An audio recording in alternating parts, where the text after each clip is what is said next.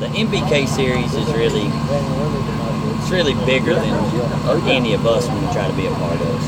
You know, that takes such a huge amount of money, man. A lot of people don't realize. It's not to say that we can't compete, because we can. I can take my Hemi car, we can take this Hemi car, we can outrun those guys. But the problem is, I try to word it sometimes like, we can outrun any of them, but we can't. I can't. Now, JJ probably can budget-wise, but like I can't compete with them. And but what I mean by that is, you need 2 or 3 of these. You need 2 or 3 of those transmissions. You need 5 or 6 of them bad boys in the trailer.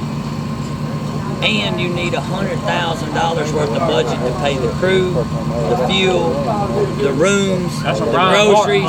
That's a big deal, man. That's a big deal. You know, and that's the thing. You know, I give those guys a lot of props, man, because that's the thing. I know what we do running across the country, doing our shows, and I feel like our deal is way more relaxed than their deal.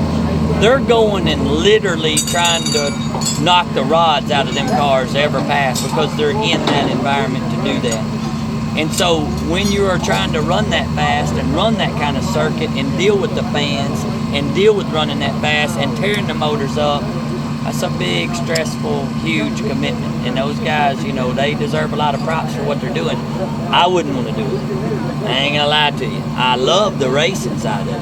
But to run a series that big, it's so much money, so many parts, so much commitment.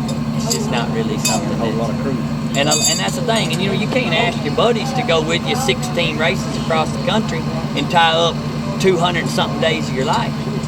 You know, that you can't ask them guys to go do that. You got to pay them guys.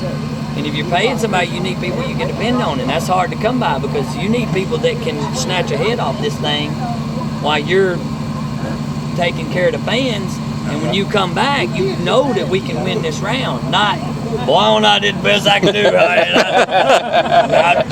I got like 5 extra head studs. I don't know where these parts came from. Drop the boat. I don't know where it's at. That's right. Drop the boat. Yeah, and that's the thing. And that's the deal. And so, you know, a lot of those guys, you take a guy like Ryan, you know, Ryan is super successful, but it's because he's built an empire around what he's doing.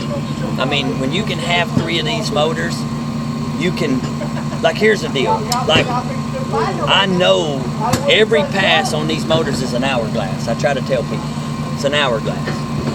When that sand runs out, whether it seems healthy as it can be, it's got to come out. Because if not, it's coming out. It's going to come out the wrong way.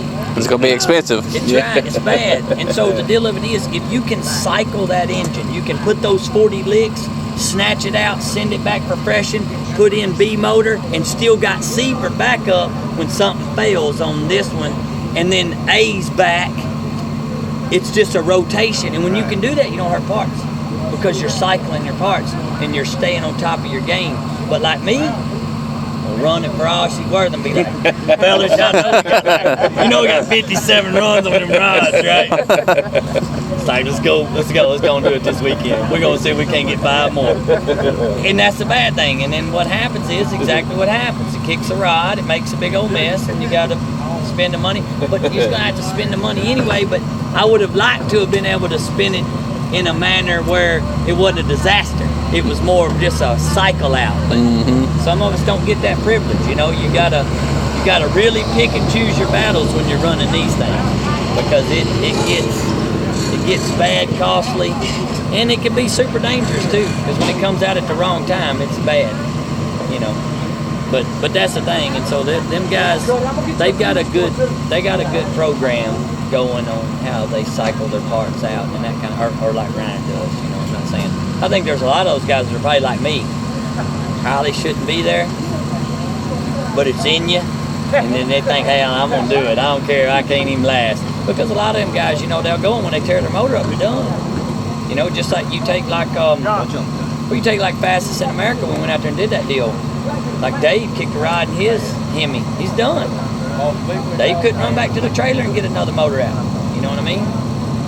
There was plenty offered to him, but I get it. I wouldn't want to put somebody's in there either because I tear it up and I got fix yours and mine.